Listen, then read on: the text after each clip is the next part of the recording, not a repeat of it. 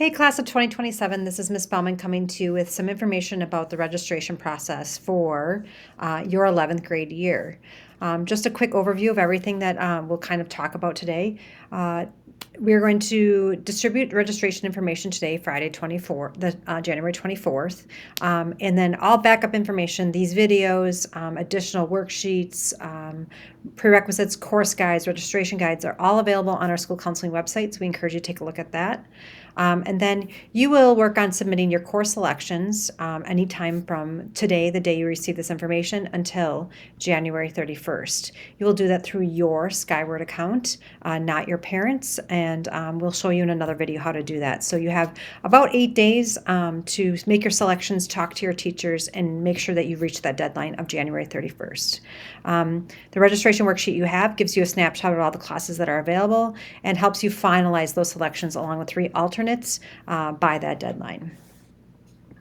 So just a reminder that the resources you kind of have available to you right now are your teachers. That's the number one. They will help you determine more information about a course if you're interested. They will help you determine the best placement of a course level. And they will help you kind of give you insights on any of the classes that you're interested in. Counselors are another great option. We can help you kind of with that long-term planning and help you understand maybe what you need to reach your goals outside of high school. And then also older students and parents are very helpful to kind of help you understand course load as far as balancing sports, activities, jobs, and classes, and just kind of give you an insight on their experiences. We always encourage you to take a look at colleges and identify what you might be looking to do in the future and whether or not the choices you're making today are going to help you reach that goal. We always have the saying that what it takes to get out of Mount Westonka is different than what it takes to get in elsewhere. So we want to make sure that you are looking at both of those criteria when making these decisions. And of course, the registration manual is really helpful. There's a lot of work poured into that. So take a look at that for course descriptions or anything else in that regard. So as the class of 2027, you have the following course requirements: 4 years of English, 3.5 years of social studies, 3 years of math, including statistics, 3 years of science, Phy-Ed, health, speech, and visual arts. You might hear from other students that there's a personal finance requirement that actually is for the class below you, so you do not need to worry about that at all. The 4-year planning worksheet is a really helpful online tool that can help you also map out your courses in the order you might want to take them down the road. As far as required courses go, all 11th graders will be required to take 1 year of English, and that will come in the form of English 11, Honors American Lit, or AP Seminar, which is a new class that we're adding this year. For social studies, world history is your main area, so you'd take world history, advanced world history, or AP. Math will be determined on your current placement, so always lean on your math teachers to kind of give you insight on that.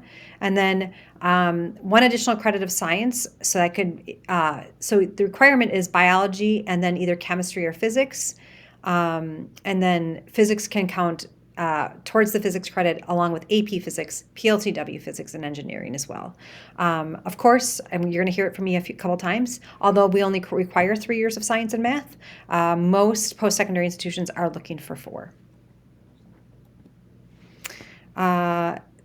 The other courses that can satisfy your requirements along with college admission requirements are, of course, the statistics, and that can come in a couple different ways. So geometry with foundations is also included in the statistics requirement, although the title stats is no longer in that title. FST, the S in FST is statistics. General stats, AP stats, and applied math all meet that stats requirement. You do have a fine arts requirement, and that can come in a variety of ways that we can kind of show in a second, but essentially you must take 2 semesters of art, performing, or visual before you graduate. And then foreign language, we don't require a world language to graduate from Mount Westonka High School, but most schools are looking for at least 2 years, if not 3 or 4, to be considered for admission. So we have a couple new courses for the 25-26 school year that we want to talk to you about and really call those out so that you're paying attention. AP Seminar is an advanced placement class, so there's a potential to earn credit. It also will satisfy 1 year of English in 10th, 11th, or 12th grade. So instead of taking an English class maybe down the road, you could choose to take AP Seminar to satisfy that requirement. There's the Art of Modern Storytelling. It's available for grades 10 through 12. Film Studies, Communication for Leadership and Life in grades 10 through 12, and Writing for Business is available in grades 10 through 12. Those are all new English electives. Course descriptions, of course, are available in the registration guide, and please make sure that you are talking to those English teachers that you currently have about the specifics around these courses.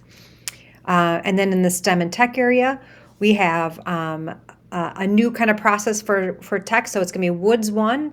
And then we are going to, after Woods 1, we are going to open up courses to Intro to Construction Trades, which will utilize some skills that were offered in Woods 2 and 3, along with some other vocational readiness skills. So just a quick review of all the classes that are offered that satisfy that art requirement. If you remember, I just mentioned that you need 2 semesters of art in order to graduate. And so we have all the visual art classes there in that first column: drawing, ceramics, AP drawing, design in the digital realm, and visual narrative. We've got the music requirements, and then we have the theater or performing arts requirements. Anything listed there in green does require a prerequisite, and so you just want to make sure that you're planning out to take one before the other. Just a reminder before we move on to kind of your selection, we want to make sure that you are considering all the things you need to talk about for registration. So, of course, making sure that you're meeting your high school requirements is a very important part of this process. It is what we're here for, is to make sure that you graduate and get ready for what's happening next. So that should be your secondary consideration: is what do you have ahead of you that you'd like to be prepared for. So now is a great time to Google admission requirements or admission recommendations for maybe colleges or vocational programs that you're looking at. We are really opening up electives here at the school. You'll notice that over the past few years. And so we really are hoping to target some of the interests and abilities that you have or interests that you might have, and exploring them here and now. And so really, if you have an interest in writing, you might want to take one of those additional writing classes that hasn't been offered before. We really encourage you to do that. And then, of course, you need to kind of plan backwards. So think about the classes you want to take in 12th grade, and make sure that you're taking courses in 11th grade that will match those prerequisites. And then, of course, you've heard this a million times. You'll hear it a million more. It is always easier to drop a class for an SPP later. It is quite difficult to add a class down the road. You'll hear certain classes are full or they don't fit in your schedule. We build the master schedule based on what you want right now. And so we want to hear some classes that you want. We can always add you to an SPP if you don't already have one, but we cannot guarantee that we're going to add you to another course. So just please consider the following when you're making your selections for next year. Please make thoughtful selections. Really pay attention to this. Take this week to really say what you want, so that, number one, we know what to offer in the future, and number two, you have a solid schedule going into next year versus just kind of doing it willy-nilly and then hoping that you can fix it in the summer. Do your research now. We'll have a couple ways in which you can do your research. And then again, just those future changes aren't guaranteed, so we really want you to be paying attention to that. We always do our best to honor elective courses, but courses are offered based on what people are interested in. And so we always do our best to make sure that your first choices are honored. But if only a few kids register for something, we can't always get you in that elective.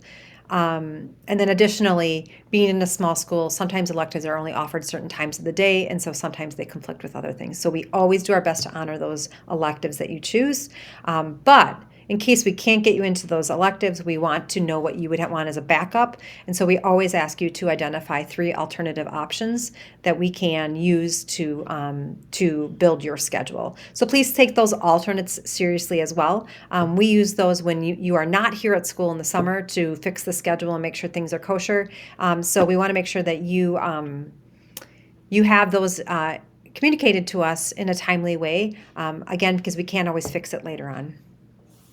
So a final reminder going into this registration period, and as you look at your next video about how to register, the window opens on the 24th. It closes on the 31st.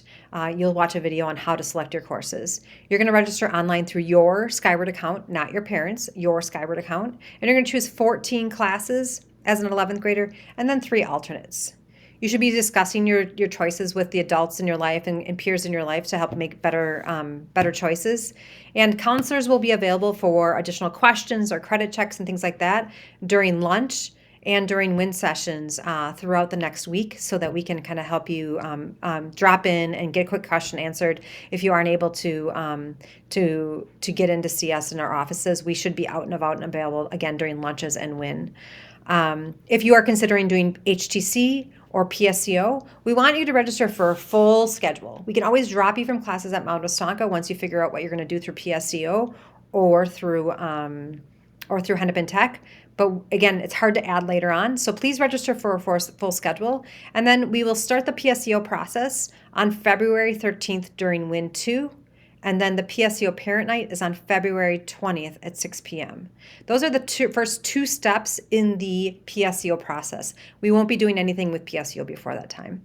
And then the 287 Hennepin Technical Careers Program, or it used to be called HTC Pathways, that information should be coming out the second week in February, we think. And so we will be able to get that information to you then. And then we can make modifications to your schedule once you are admitted to that program in the spring. So stay tuned for more information on PSCO and more information on the Hennepin Tech program.